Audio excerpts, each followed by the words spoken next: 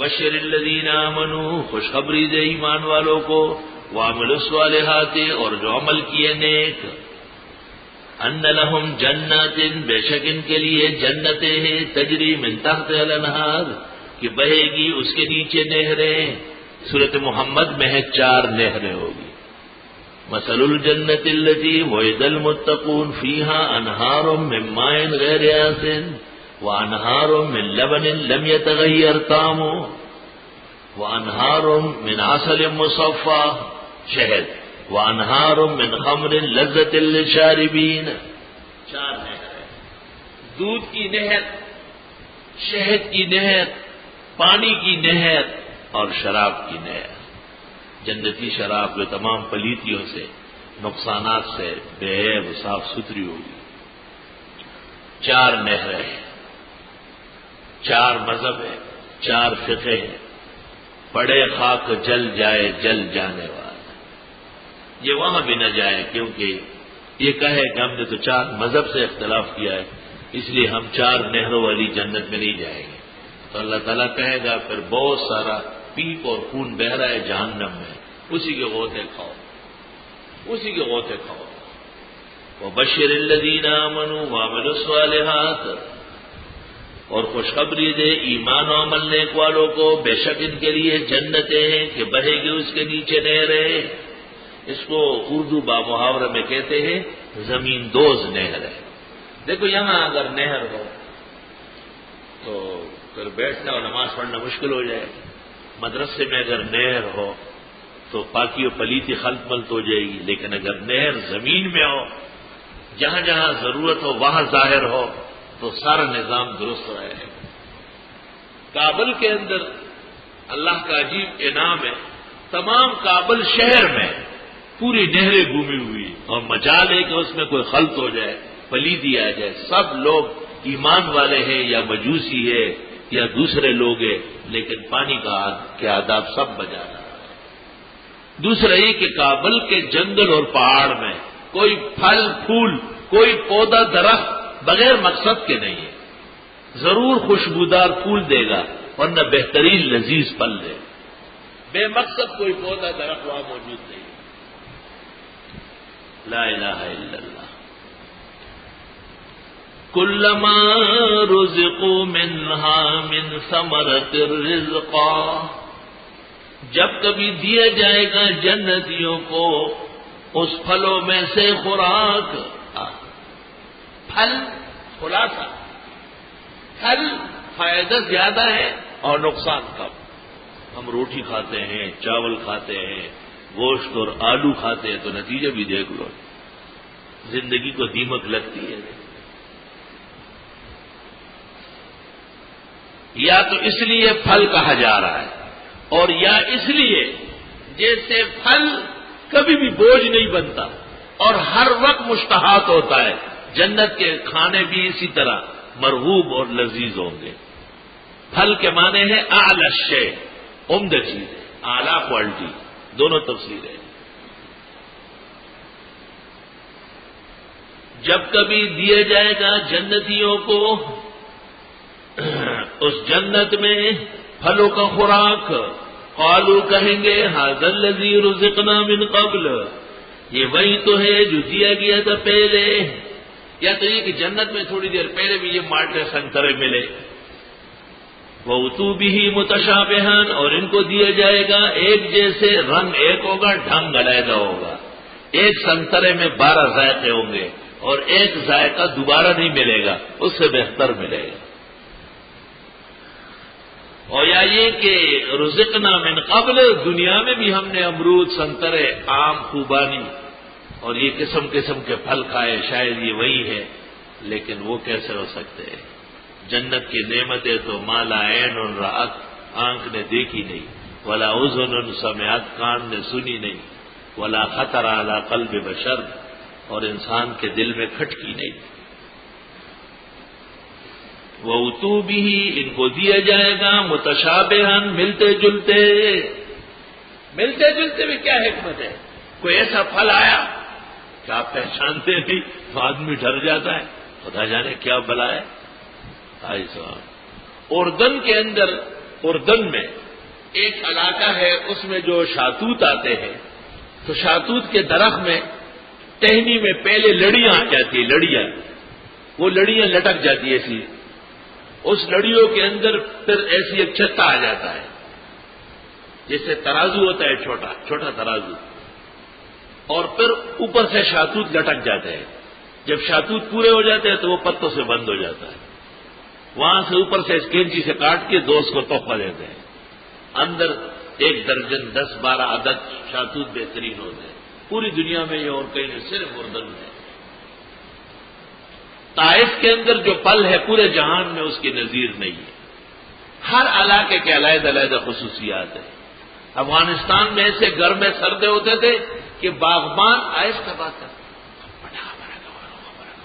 جی ٹس ٹس ٹس ٹس سارے خربوزے پھٹ گئے، وہ ظالم آہستہ بولو، آواز کا تحمل نہیں ہے اس کو۔ اور ان کے روڈوں پر گاڑی پر پابندی ہوتی تھی، گھنٹی بجانے پر گھوڑے کے ٹاپ سے اس کا چھلکا پھٹ جاتا تھا۔ ایسا پھل تو ایسے خربوزے اور ایسے گرمے سردے ہوتے تھے۔ وہ اتو بھی متشابہۃ، اور ان کو دیا جائے گا ملتے جلتے، اس لیے کہ آدمی ڈرے نہیں، خربوزہ ہے، گرما ہے، سردا ہے، ہم نے دیکھے، لیکن ایک پل ایسا آیا کہ اس کے اوپر کانٹے لگے ہوئے، تو یہ کیسے کھائیں گے؟ کہ کانٹے ہٹائیں گے، چھلکا صاف کریں گے، اندر سے کھائیں۔ ایسا وَلَهُمْ فِيهَا أَزْوَاجٌ مُطَهَّرَةٌ، جب اتنا رزق، اتنا پھل، تو بس آدمی ایسے ہی صبح سے گھومتا گھامتا رہے گا۔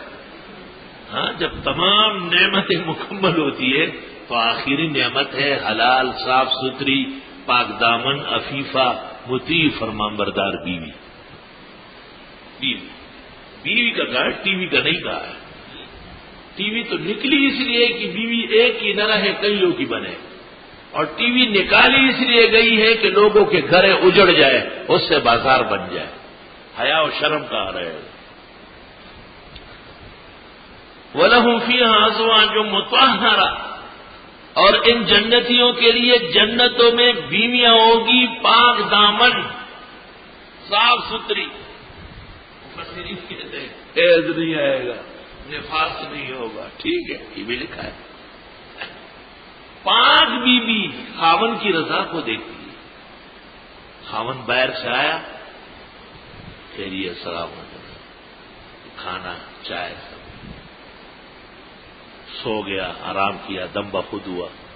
اس کے بعد اس نے پوچھا کچھ چاہیے، تو اس نے کہا یہ چیزیں اگر آ جائے تو آسانی ہو جائے گی۔ یہ ایک بیوی ہے خاون۔ آپ کہاں گئے تھے؟ آپ تو پوچھتے ہی نہیں، کچھ بھی نہیں ہے، نہ کھانے کا نہ پینے کا۔ اوہ بلا گئی، بلا گئی۔ غریب پریشان دن بھر باہر سے، اور اندر بوتنی بیٹھی ہوئی تھی، اور بوتنی نے بھی اپنا ریکارڈ لگا لیا۔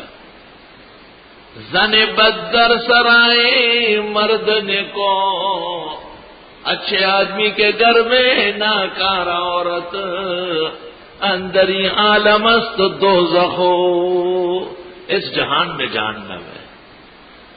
اسقرین بد النہار وقنا ربنا عذاب النار، خدایا جیسے جہنم سے آپ بچائیں گے، دنیا کی ناکار عورتوں سے بھی حفاظت فرما۔ عورت امرأة صالحہ عفیفہ اذا نظرت الیہا، جب آپ اس کو دیکھیں تو آپ کی تھکاوٹ دور ہو جائے، آپ کی آنکھیں محبت سے بھر جائے۔ حضرت عثمان نے عبداللہ ابن مسعود کو کہا، بخاری میں، کیا خیال ہے آپ کی شادی نہ کراؤں؟ ایسی شادی کرا دو کہ جوانی لوٹا دے۔ ایک عورت یہ ہے جس نے بوڑھے کو جوان کر دیا۔ مولوی جب بڑھاپے میں شادی کر لے تو داڑھی چھوٹی کر لے گا، قمیص ذرا چڑھا دے گا، رنگ لگا دے گا، وسم برابروئے کھوک موئے بتلبیس سے آ کر دے، راس دخوا حس شدنی پشت گول۔ بال تو آپ نے کالے کر لیے، لیکن وہ کمزور چیز کیا کریں گے؟ وہ تو جوان نہیں ہوگی اب۔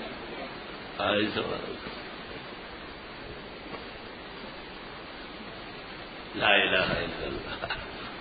عورت ہے جو اچھی عورت ہے وہ خوش ہوتی ہے، جو لڑاکیاں ہیں وہ پر ٹیلی فون کرتی ہے، خط لکھتی ہے، حضرت آج میرے خیال سے تھوڑی سی زیادتی کی ہے، زیادتی نہیں کی ہے، آپ کے سر کے اوپر لاٹھی رکھی ہے، آپ خاون کے لیے شیرنی بنی ہوئی ہے، اب بس خلیتے رکڑی اور وقت ایسا، اور خاون غریب بھی تھک جاتا ہے، اور ایسا مروب ہوتا ہے جس کی کوئی حد نہیں۔ ایک آدمی نے مجھے کہا کتنی مرتبہ آیت الکرسی پڑھی جائے تو آدمی کا خوف جاتا رہا ہے۔ میں بڑے شوق سے رک گیا، میں نے کہا ارے اس کو کئی جن ملنے دیو نے ڈرایا ہوگا رات کو۔ میں نے کہا کیا خطرہ ہے کہ وہ گھر والی بہت تنگ کر رہی ہے،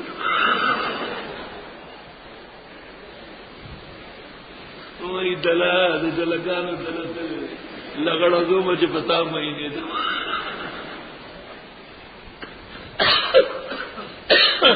وہ ہمارے دوست ہے، ہوٹل ہے اس کا،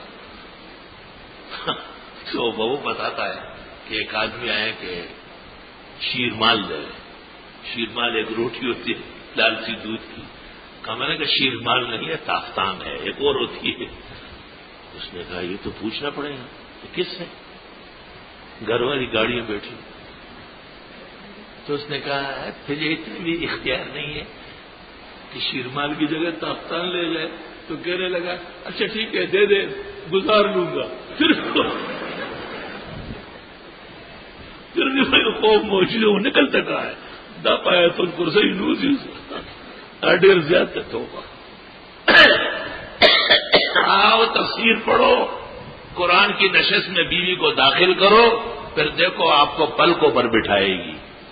اور جو خاوند عورتوں کے ساتھ ظلم کرتے ظالم، وہ بھی اللہ کے عذاب سے ڈرے، اور انہیں بھی اچھی اور شریف عفیف عورت کی نعمت کا شکر آ جائے گا۔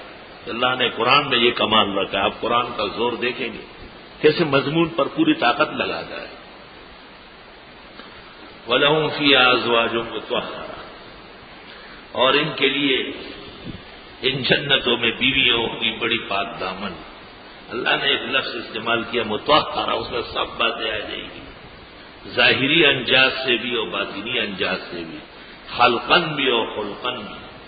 وَهُمْ فِيهَا خَالِدُونَ، سب سے بڑی بات یہ ہے کہ دنیا کے اندر اگر بہت عمدہ ملک ہو، بہت خوشحال شہر ہو، بہت وسیع و عریض جائیداد ہو، بہت تسلی بخش بینک بیلنس ہو، بہت مطیع و فرمانبردار بیوی ہو، خوشیوں سے لبریز گھر ہو، لیکن ایک خطرہ تو ہے کہ میں بھی مروں اور میری بیوی بھی مرے گی، اور یہ جتنی چیزیں ہیں یہ نہیں ہوگی، یہ سب کنڈرات ہو گئے۔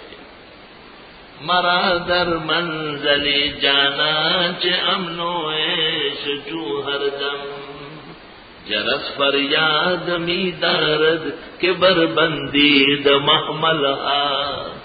ہم کیا خوشی منائیں گے اس فانی دنیا میں جو ہر وقت گھنٹال بجتا ہے کہ جلدی کرے، دیر ہو رہی ہے، سفر قریب ہے بالکل۔